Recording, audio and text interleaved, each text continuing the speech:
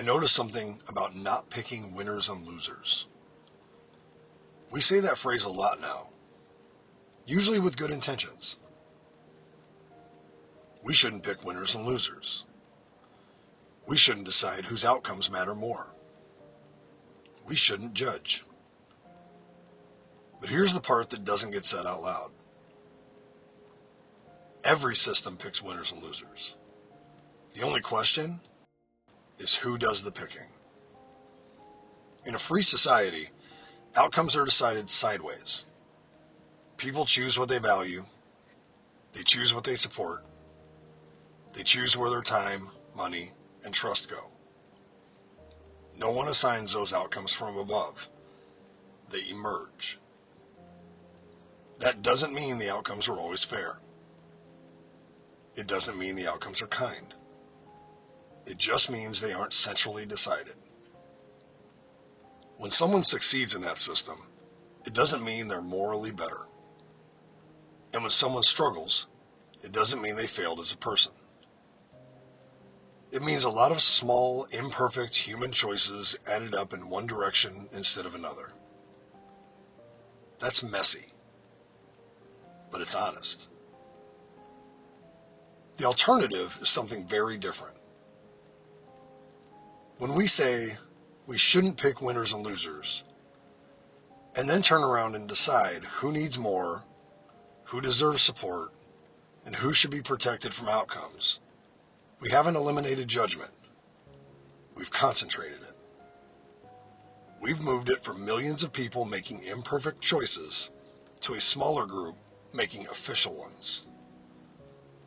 And those decisions aren't neutral.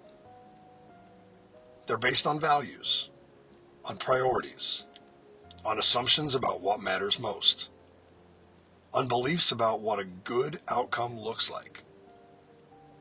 That's not compassion replacing judgment. That's authority replacing consent. And here's the quiet irony. The people most committed to not picking winners and losers are often the ones doing the most picking. Deciding whose struggle counts. Deciding which obstacles matter. Deciding which outcomes should be softened. Deciding which consequences are acceptable. All of it is framed as protection. But protection without agreement isn't care. It's control. And once control becomes the primary tool, trust starts to disappear. People stop believing the system is neutral. They stop believing effort matters. They stop believing outcomes are earned.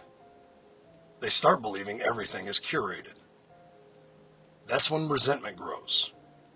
That's when motivation drops. That's when people disengage, not because they don't care, but because the rules feel personal. A free society doesn't promise equal outcomes. It promises equal permission to try. And it accepts something uncomfortable along with that. That we won't know who really won or lost until much later. Sometimes not until the whole life is played out. Some kids who look like winners early struggle later. Some kids who struggle early thrive later. We don't actually know in the moment, which is why humility matters.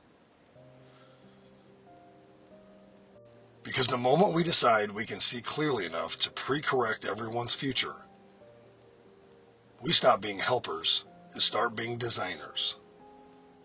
And designing human outcomes is a responsibility no one has ever handled well. I don't think the answer is cruelty, and I don't think it's indifference. I think the answer is restraint.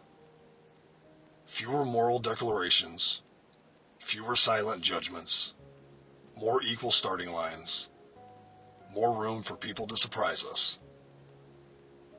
Because the real danger isn't that a free system produces uneven outcomes.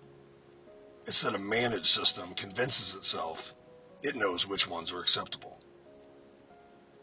It's just something I noticed.